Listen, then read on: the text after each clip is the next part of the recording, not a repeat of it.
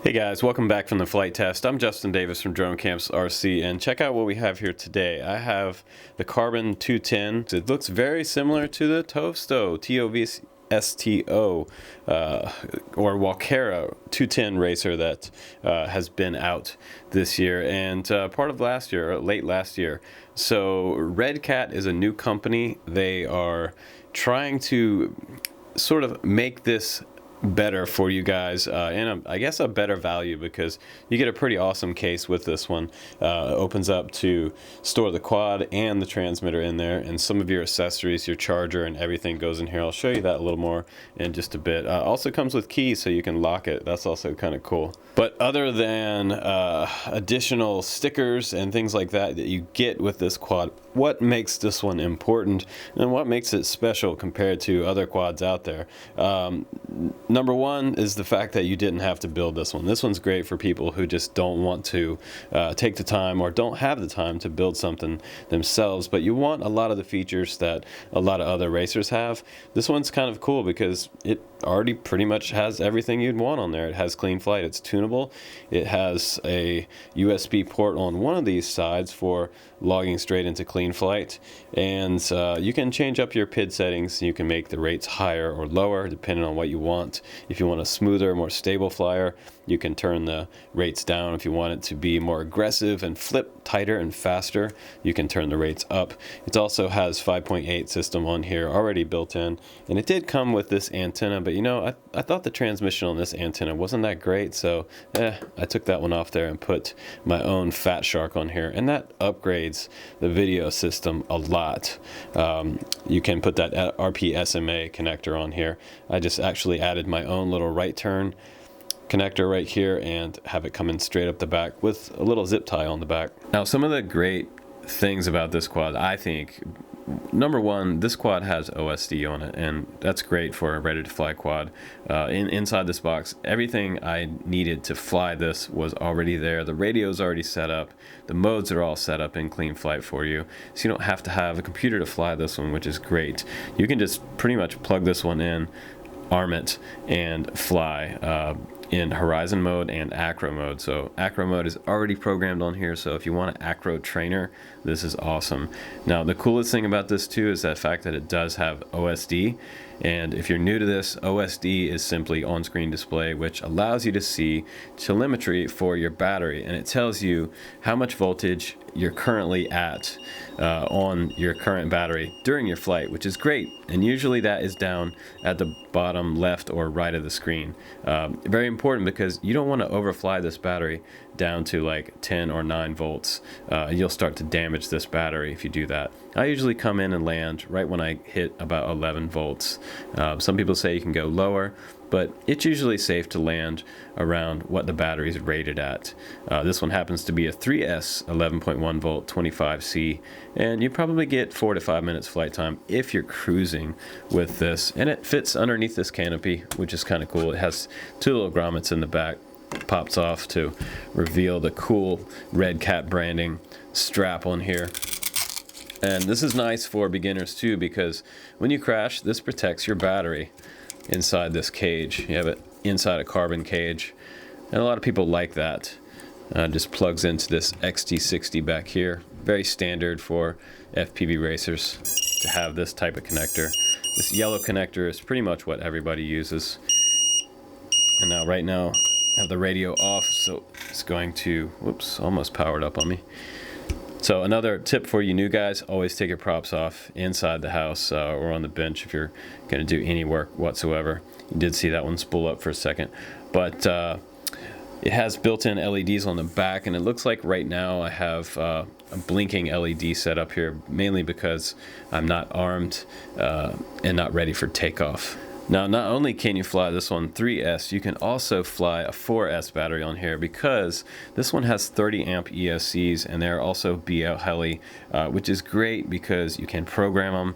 And the flight controller on here, it does look to be like something I haven't seen before, but inside here, this is also running SprRacing F3. So if you're asking me which flight controller I prefer, a lot of times I will definitely tell you I prefer an F3 because they just seem to be a little less sensitive than the F4s, and they just tune a little easier.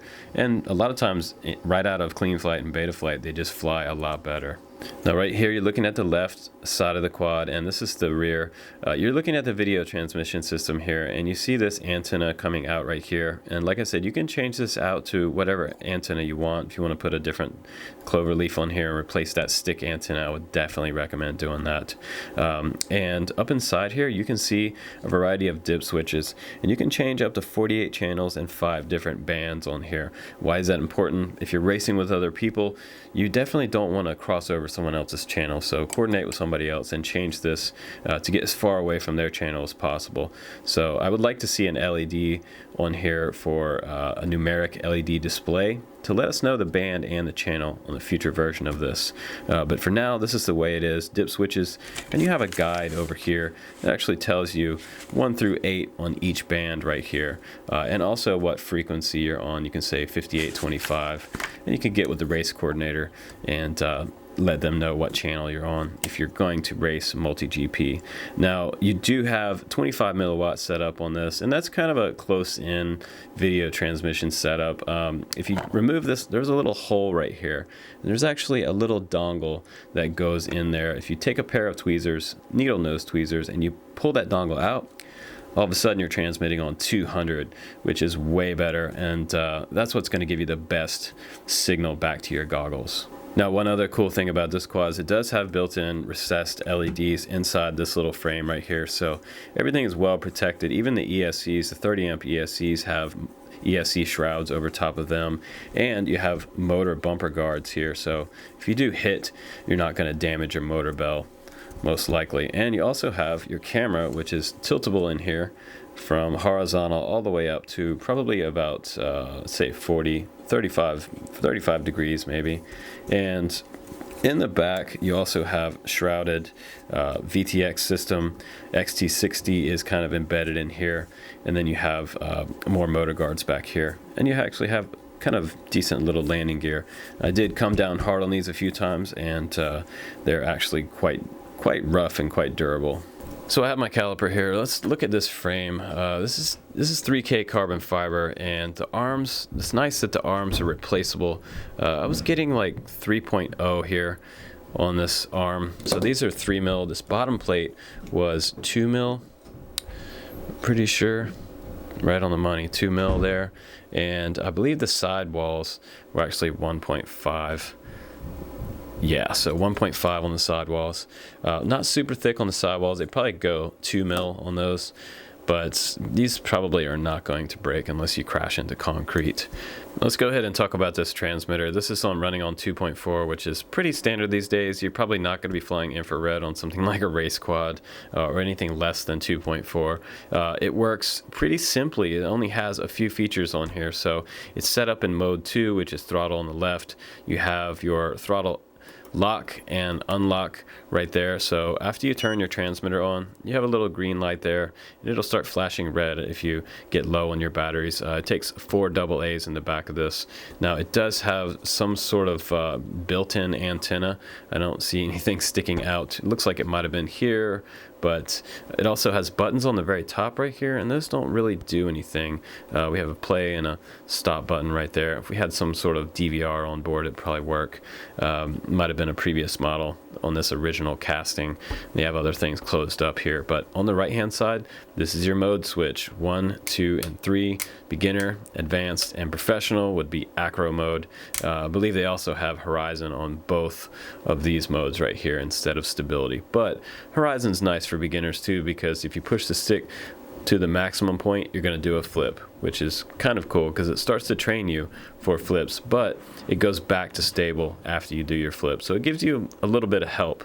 And you have this little kickstand on the back right here. Normally these are up top, but on this particular radio it's actually on the bottom, which kind of cool because you can set it down just like that when you're not flying. And this is the charger that comes along with it. This is pretty decent looking. It has this kind of cool like translucent case around the whole thing, and it already has the US plug on here, so I don't have to get any like adapter off Amazon.com. So you can charge 2 and 3S batteries on this one. It has 2 ports right here, and this just simply plugs into the side right here, and you'll see these all light up. Each one of those represents the cells in the battery, and I guess this probably took about 2 hours to charge this particular battery. The only bummer about this one is that you can't charge 4S on here, so if you do upgrade to 4S batteries, you'll need a charger that's going to charge a 4S battery. And once it's all done, you should see green lights all the way across on this charger. Now, if you're familiar with some of the Chinese quads, sometimes the manuals are really not that great, and this one actually happens to be pretty good. It's all in English from front to back. It has a table of contents in here. It has the typical warnings that you'll get. Some of the items you'll need to get set up and start racing. It's sort of an overview of the frame and the OSD, what the on-screen display is. Your switches in here. Your actual specs on the quad, talking about your 30 amp ESCs, the battery and the motors. Let's just talk about those motors. Those are 2204 2500 kVs, by the way. I didn't mention that. 2204 is a little under, say, something like a 2205, but my tests with this were pretty powerful on 4S, so you won't notice a whole lot of difference, especially if you're new. Now, you do have some very critical guide on here for installing your props. This is pretty important for new guys, too, if you're just getting into it. An average newbie mistake is putting your props on the wrong motor, and you'll have the quad will just flip over and crash violently when you try to take off. Has some transmitter information in here and flight controls.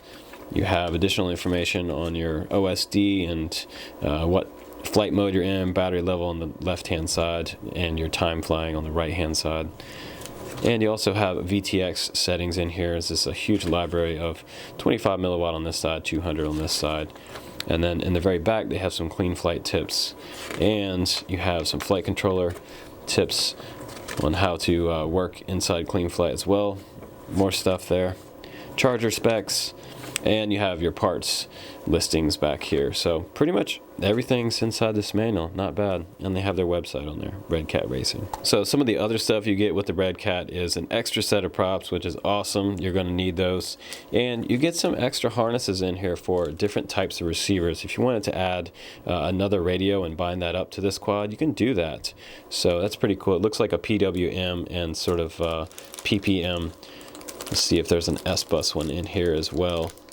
Yep, so they give you all three. That's pretty awesome. PWM harness, S-Bus, and PPM harness in there. And now these are the original prop nuts that came with it, and these are sort of what I call the bullet style connectors. I don't really like those, so I took them off and I put self-tightening lock nuts on here. Those work a lot better for me.